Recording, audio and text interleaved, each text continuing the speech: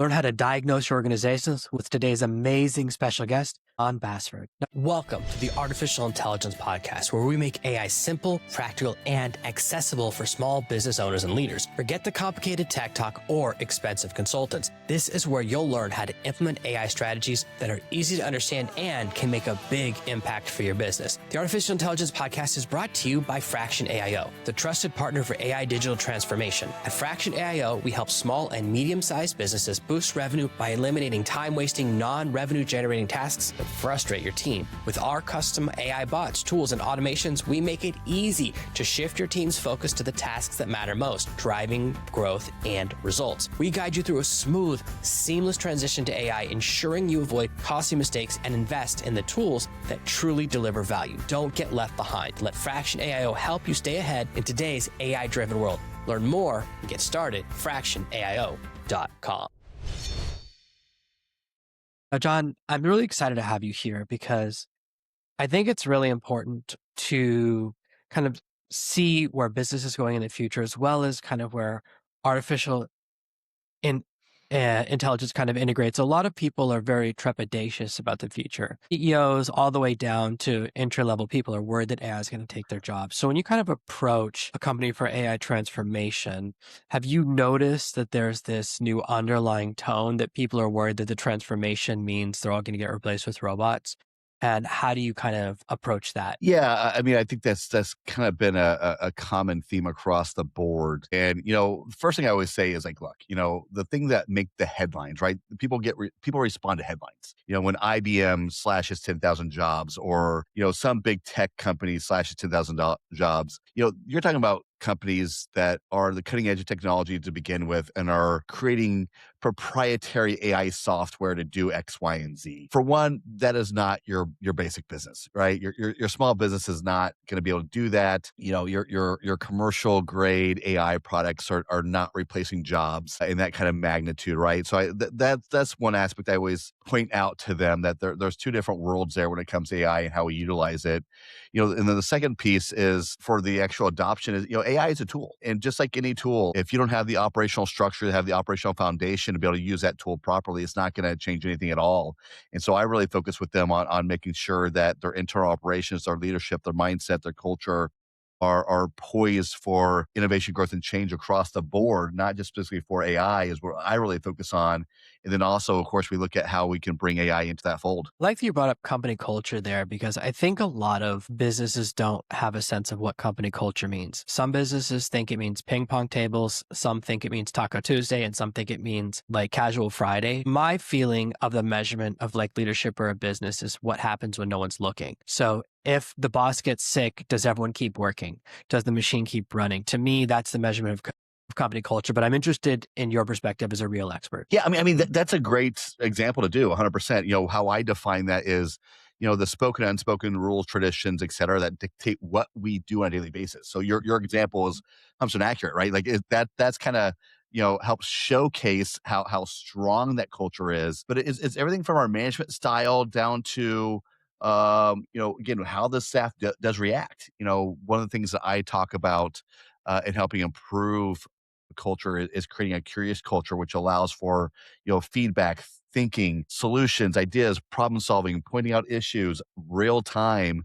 And that requires kind of a collaboration agreement both between the management and the staff, right? So those are the things that I really look at to see, does it have a positive culture versus, like you said, the ping pongs, hoodies, and fruit cart tables. Yeah, it seems like we sometimes get excited by the accessories of life or the flashy parts. And I think what's really fascinating to me about what you do is that you really look at implementation, organization, kind of the back end. Like I always say that the most important week in my business is like operations week, where I go back through and look for everything that's broken. Where does someone, and for me, that's a lot of like, where does someone get lost in an email system, or where's a piece of content I made not getting posted? Because those are the most boring things, but systems are the most important, because that's really the core infrastructure. It doesn't matter how good a video is I make for YouTube if it doesn't get posted. It doesn't matter how good all the other social media content or repurposing is, which this happens to everyone, right? And it doesn't get posted to the other platforms. So we don't have a good scheduling system. And like, this is something I'm working on a lot on my business right now, but all these little pieces, or something I dealt with last year when I was working at a startup, and we had someone in charge of acquisition, like marketing, and someone in charge of new customers. But what happened is everyone who signed up got a free trial. And the marketing person's like, well, they've signed up. I'm not in charge.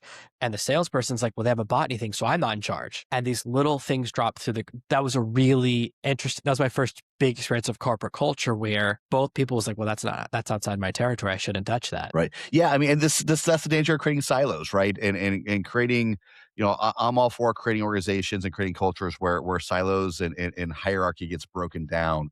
Talking about the little things being missed, and everything.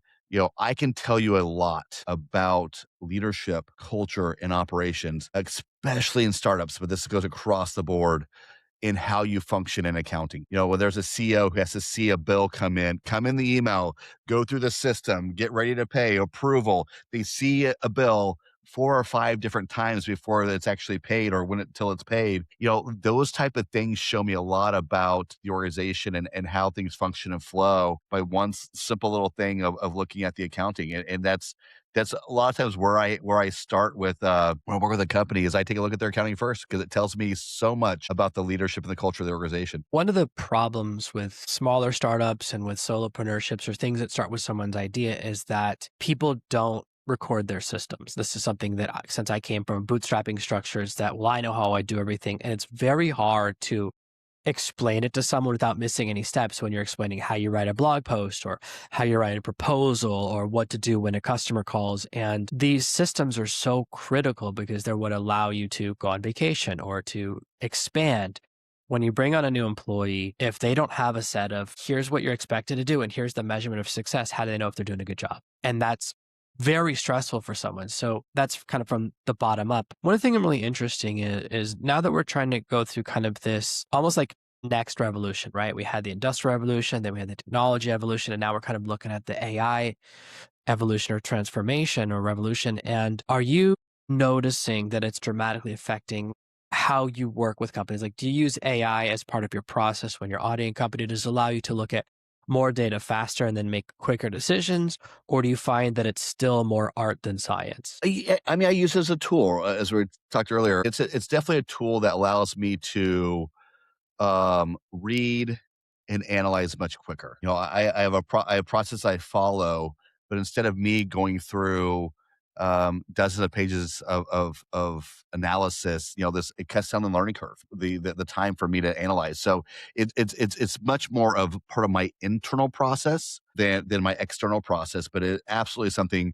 And I use AI in every aspect of my life, right? From looking at SEC documents from stocks I'm in to help me build a SaaS product I'm launching right now to help me with my marketing. I use it across the board. Again, you have to be the final say in everything and make sure you're using an independent mind. AI is not batting 1,000. It gets a lot of things wrong. I joke all the time with AI about how I can't even get the day right most of the time. It thinks it's Sunday when it's Monday and vice versa. But it's a great tool if you know how to use it properly, know how to work with it and through it. But you always got to be that final say in making sure what it's putting out is plausible and right. Now, one of the things that you do that I think is really fascinating is you connect operations with leadership and culture. Why is it that a company can't fix its operations without also looking at how people communicate, how they make decisions, and how they handle or adapt to change?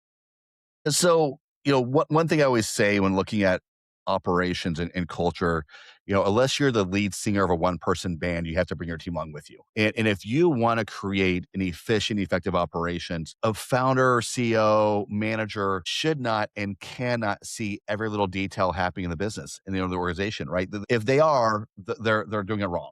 Right. So you have to rely on your team. And the only way to have your team be a part of the solution is to build a good culture. So it takes the leadership for one, letting of control, letting go of fear, letting go of a lot of different things that allows them to trust their team, empower their team, that then allows the team to be that part of analyzing, reviewing, pointing out problems, bringing solutions to improving the operations for it all work together.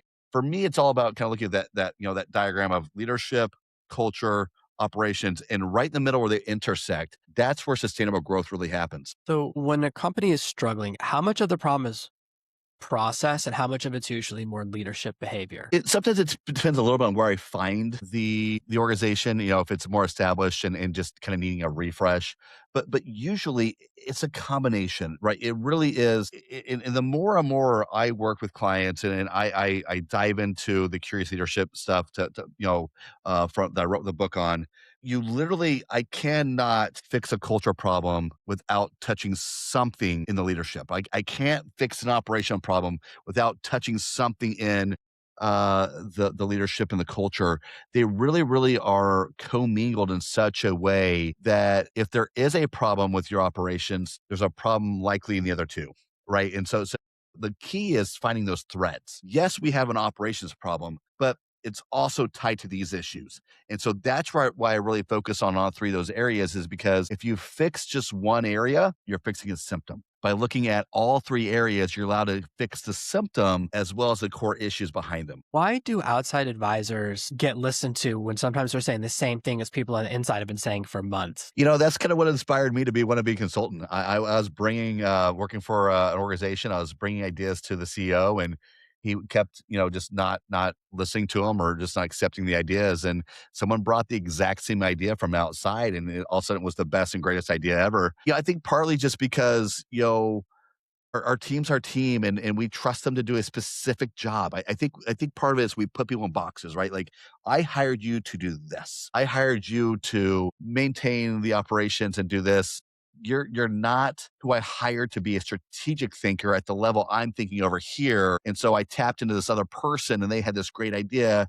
I think it's just kind of mind blocks, right? Like we pigeonhole people, we put them in boxes. I don't think it's intentional. I don't think the CEO and founder I worked for didn't think I had good ideas. I made a lot of good changes there, but I just think we tend to pigeonhole people. But when someone from outside the organization who we think has a fresher perspective and point of view, tend to value that a little more. You talked about curious leadership, and I think that's really important. What do you think is the difference, or what does the curious leader, I guess, do differently compared to a leader who's just trying to be decisive? Sure. So for me, curious leadership, what it helps tackle or overcome is fear, comfort, and habits, which are all, I think is important to point out that are all very innate human characteristics. We would not have survived as a human race without those three pieces of who humans are as individuals and beings, which means leaders take on those same characteristics. And much as they helped us survive and grow as a civilization, as human beings, when it comes to innovation, growth, and change, are the enemy. So if you want to, stay the status quo and just keep doing what you always done, by all means, stay in that type of mode.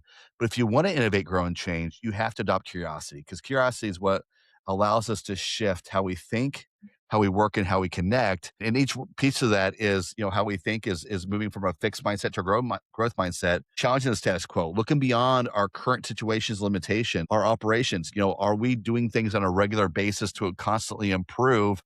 That as I keep talking about the how we connect is the culture piece and how we bring our team along with us to be part of that journey of innovation, growth, and change. One of the challenges that I've run into myself, and I know this happened to other people, is the illusion of curiosity from a leadership. So I worked with a CEO as a consultant who would say, everyone give me your opinions before I make this decision. And I asked the team, I said, how many times have you stopped him from making a decision you think is bad or convinced him to make a decision that he didn't want to do originally? They said, never. He's never. So I was like, why are we having these meetings? I even said to him, I said, why do you ask everyone's opinion when you never take it? And he got really offended. And I was like, but it's like, it's fine. I also often don't want it. Like once I've made a decision, I very rarely, right, once you've locked in. So I know I'm just as guilty of this, but it can become very tricky for an employee when you say, I want to hear your opinion. It's like, you never have before. Is this a trap? How do you kind of navigate that where people know that they can actually give their opinions and there's not the risk of repercussions or some type of punishment or even losing your job because you suddenly aren't rowing in the same direction as the team? Like I certainly have felt that pressure before at jobs where like if I say what I actually feel, I'm out the door. Yeah. Well, I want to throw an additional thing on top of that first before I get to the answer your question directly. I was in a mastermind recently and someone was talking about how, they're there at the mastermind across the country and her team of 40 people are blowing her up left and right because they have a problem they want her to solve. And everyone's kind of giving their advice. I finally raised my hand. I said, hey, if you weren't here at this mastermind and you were working at your desk at home, because the majority of her team is remote, and they brought you a problem, would you solve it for them? She said, of course I would. Well, then why do you expect them not to come to you now? If you always solve their problems, why would they ever change coming to you for a solution, whether you're sitting at your desk or sitting in a mastermind? And I bring that up to say, a lot of leaders will get upset when their team isn't solving problems or pointing out solutions and that sort of thing. But it really comes down to the culture they built. So if you are constantly just playing lip service to caring about your team's opinions and viewpoints, you're eventually going to erode that, right? They're eventually not going to give you their opinions. They're going to water them down. In today's culture, in today's generation of especially young people and professions, the biggest thing is they want to see that they're valued in the organization. They don't feel valued. If they don't, their perspective doesn't matter, their opinions don't matter, and you constantly show that to them, they're going to stop showing up, not just giving the opinion, but showing up to work. They're going to find someone else who will value their opinion and value their efforts. And so, it's a hard thing to get through CEOs a lot of times because they're constantly, feel like they have to manage, have to lead, and have to dictate, and ideas have to come from them. And that's part of my biggest thing that I have to break through is breaking through on the CEO, letting them let go of that control, let go of that ego that they have to control everything. And one of the biggest things they can do is just start having one-on-one conversation with people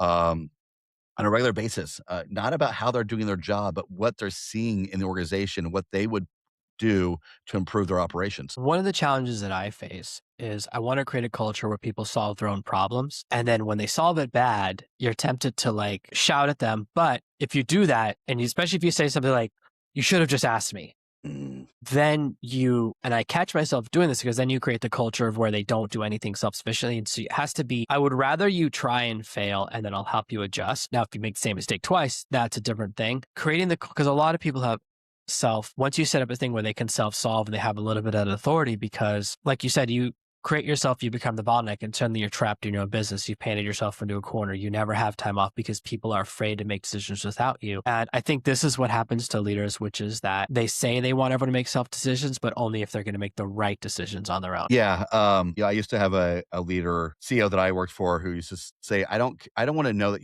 you're thinking about something.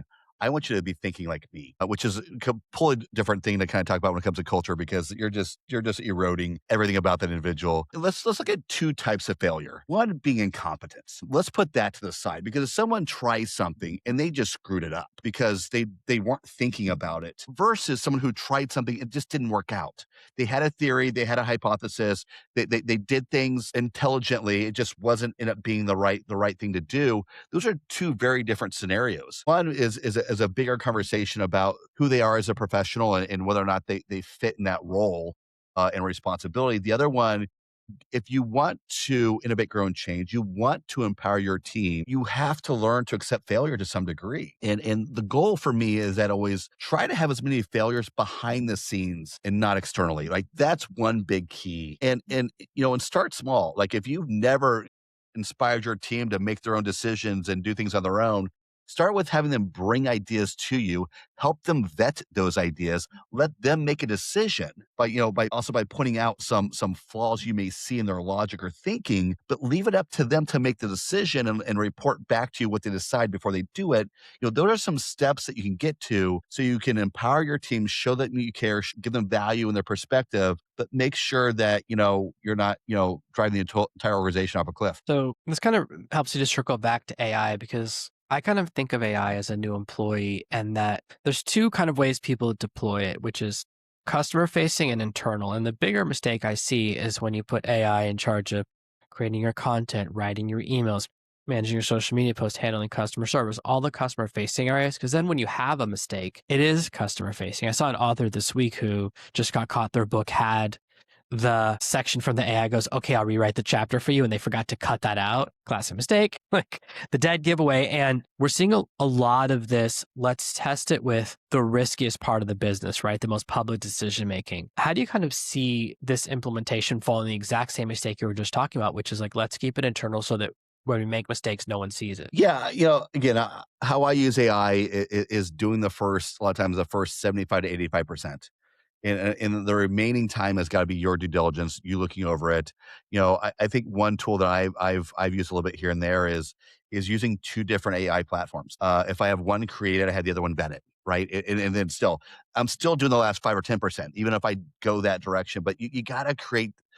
anything we do in our business, we have to create safety mechanisms to make sure that we're catching issues before they occur. And using AI is no different. So doing that final read through, doing the due diligence we need to do on what AI is doing is absolutely crucial to make sure that we're not making those external mistakes. So, when do you think AI shifted for you from being a useful productivity tool to something that shifted it can actually help you build meaningful and useful business assets? Yeah, I think part of it is my use has grown with AI. When I first started using I don't know, probably not to like a year and a half, 2 years ago, having it try to create one pagers for me based upon my feedback and creating outlines and things. It just wasn't there. But now, like I literally have, said AI, take my keynote that I just delivered. The organization I did a keynote for once, free giveaway to their audience. Create me a one pager. Again, there's some back and forth. Like I don't just say create it. I blindly send it to the team, but like that would never have happened 2 years ago. At least in the way I want it done. Clean, organized, designed well. It would have been a very sloppy document. So I've increased my use of AI when it comes to the output of things as AI has grown. So, one of the things that I think is causing a lot of challenge in the current market with a lot of businesses is the constant messaging from AI companies, which is you can replace your employees with AI. This sets the stage where employees have an anti AI motivation because it's like, this guy's coming for my job. This is my enemy. I'm going to I would sabotage it too, by the way. Like, absolutely. I'm going to whatever take my job. How can a company implement AI or start to bring AI into their workforce in a way that doesn't create a negative culture, that doesn't create a culture of sabotage, that kind of lets people know we're bringing in a new tool for you? And we've seen this before, right? And when the internet came out, when more computer tools came out in the 90s, a lot of people thought, oh, this computer is going to replace me. And so we've had this transition before for those of us in the workforce 30 years ago that remember it. And we're seeing it again. And I think the problem is not the tool. I think the problem is the rhetoric around the tools more than anything else. Yeah, I completely agree, and I think it comes down to communication. Any type of change, and adopting AI is a change in your business and your organization, and you have to lead people through change. You have to communicate it properly. If you're out there, you're a CEO and you're constantly talking about how AI is going to change the world or crypto is going to change the world, and you're posting on your social media and LinkedIn about these type of things and championing layoffs for through AI and that sort of thing, you're going to give a very specific message about how you see AI. So you bring that to your team, that's going to cloud no matter what you say. So to me, it's important about how we talk about it, right? How in being responsible in how we talk about it. That AI is still just a tool. Again, tech companies, it might be a bigger, deeper tool that can replace some jobs. Most of small businesses are using AI in a way that is just going to help enhance your role. That this is a tool, just like accounting software is now sync with your payroll to reduce administration. How your CRM syncs with your whatever, and it just reduces some administrative labor, so we can focus on strategy and execution more than administrative tasks. That's still what AI is. And so you have to talk that through with them and talk about it that way in meetings and slowly start introducing it, inspiring them to use it as a tool. Do you think that the transition is going to be as big as some people think it is, where like 90% of people are going to be out of work and robots are taking everyone's job and then it's kind of become a wasteland? Yeah. Again, I mean, I see AI mess up so much when I try to use it on a daily basis that like I have a hard time believing we're anywhere near that. I honestly don't believe we're at that point in my lifetime. I could be wrong. I know some people are saying, AI, because of AI is growing so quickly. It is advancing much more quickly than other technologies. So, I don't know the real answer to that. I guess for me, it's like, I don't know. I don't know what's going to come to the pipeline. It's not worth worrying about, right? If this is true, if this is going to happen, there's nothing I can do about it. Right. There literally is nothing I can do about AI taking over the world. But I do believe that, there have always been these things that are going to change the world and change society and change economy and change business. And we've always adapted. And there's always been things that are going to destroy the earth and destroy civilization. And we've always found ways to adapt. And I have to, believe that's going to be the same with AI, that there's not going to be some kind of devastating, catastrophic event, but something that we're going to learn to survive and work through and work on, and it becomes part of our society, yes. but we'll find different ways to adapt. Thank you for listening to this week's episode of the Artificial Intelligence Podcast. Make sure to subscribe so you never miss another episode. We'll be back next Monday with more tips and strategies on how to leverage AI to grow your business and achieve better results. In the meantime, if you're curious about how AI can boost your business's revenue, head over to artificialintelligencepod.com/calculator. Use our AI revenue calculator to discover the potential impact AI can have on your bottom line. It's quick, easy, and might just change the way you think about your business. While you're there, catch up on past episodes, leave a review, and check out our socials. I think you're right. I think that we're just overestimating how big a deal it is. Like when I was a child in the 80s, if you wanted to call someone, you had to remember their phone number, call it from your kitchen phone, hope your parents didn't pick up the other phone and listen in, and then hope that when you called, the other person was home. Or if you wanted to meet someone at the mall, you would go to the mall and just wait for them to show up. So like technology in my life, it has changed so significantly to now you're like texting in real time. How far away are you? Are you 3 minutes? Okay, I'll see if I can wait 3 minutes on my own. And it's like changed so much from like waiting 2 hours for your friends to show up, like such a difference in culture. So I feel like technology has been changing very quickly my entire life. Like when I talk to my kids about how excited I was to get a pager in high school, they're like, what's a pager? And I say, oh, your parents would send you a message with their phone number and then you'd go and find a payphone and call. Oh, what's a payphone? Okay. So a payphone is something you put money in to call someone. They're like, what are coins? So you just like so many different things. And I feel like that in the moment, we're caught up in this feeling of negativity. And that's why I think it's important to say, no, it's been happening fast our whole lives and it's just a continuation. And there are still jobs, more jobs than ever. And I think that's really positive. I think this has been really, really helpful. If you could just share your kind of final thoughts, and then of course, where people can find you who go, I need transformation. Maybe you can share a little about the SaaS you're building because that's very exciting. And we'll just wind it down. So this was amazing. Yeah. So again, use AI as a tool. Stop the fear mongering and worry that it's going to replace replace employees, but just learn to use it. I am a big believer of a lot of statements that are going on right now that um, AI is not going to replace your job. Your job's going to be replaced by someone who knows how to use AI, right? Like that's the difference. Is that someone can do their job quicker, easier, more efficient, more effective because they're using AI than you. That's more of a risk of losing your job in majority of the business marketplace than being replaced by AI. Yeah, you mentioned the SaaS products. I've had a SaaS product I've wanted to build for a couple of years now, and just haven't had the money to hire developers. I've done a couple deep dives with some developers and got the budgets and just didn't have the money. And then two different people encouraged me to start it with Claude Code. You know, they're like, John, the same way you talk to AI about your marketing and everything else you use it for, it's the exact same way you start with coding. And within 4 or 5 days, I had a fully functioning web app that synced with QuickBooks Online.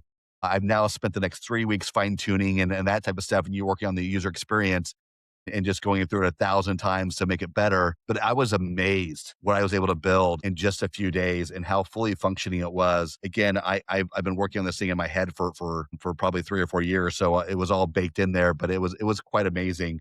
So again, just find ways to use AI. Just start playing with it. Right, the best thing to do, I can say, is just start playing with it and learning how it works and learning how it can help you. And people are struggling with their leadership, their operations, their culture. The 2 websites I'll give you to reach out are my consulting site is consulting company is Lateral Solutions, and our website is think-lateral.com.